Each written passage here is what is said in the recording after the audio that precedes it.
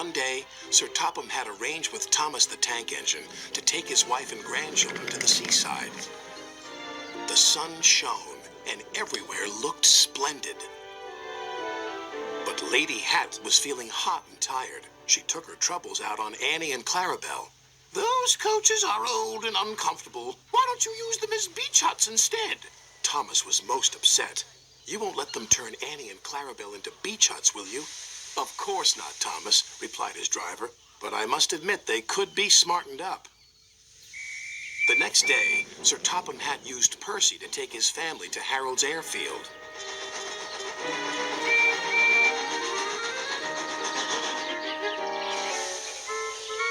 They were just about to board Harold when it happened.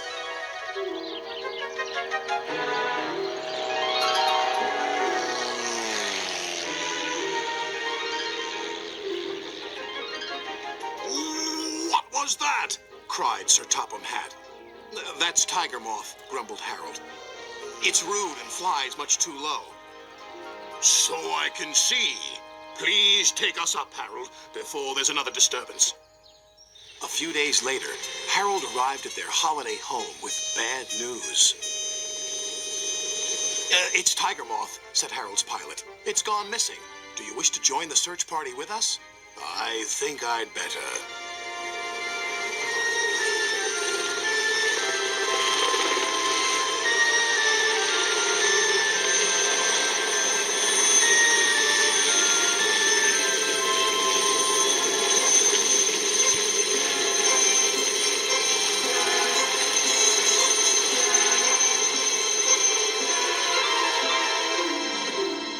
"There's Tiger Moth," called Sir Topham Hatt. Then he spoke to the pilot. "You are showing off and flying dangerously. I will speak to your controller and request that you are grounded."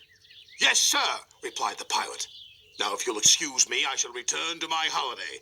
"Jolly good idea, sir."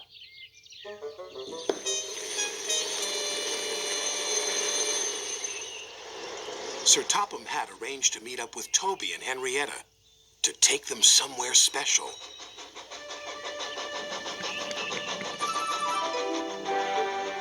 They arrived at a small river inlet.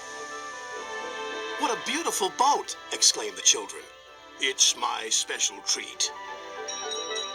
Sir Topham Hatt took the helm with his wife beside him. "It's so nice to be away from the railway for once," he said to her. "And far cleaner," she replied. But life on the river is very different from that on the rails.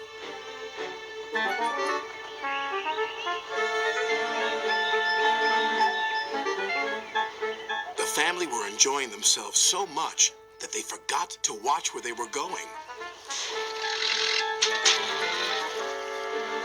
"Oh, botheration," said Sir Topham Hatt. "We're stuck." And they were. Other boats tried to pull them off the mud bank, but it was no use. Percy saw the commotion and stopped. "Is there anything we can do to help?" called his driver. "Yes, indeed there is." "This is the life, isn't it, my dear?"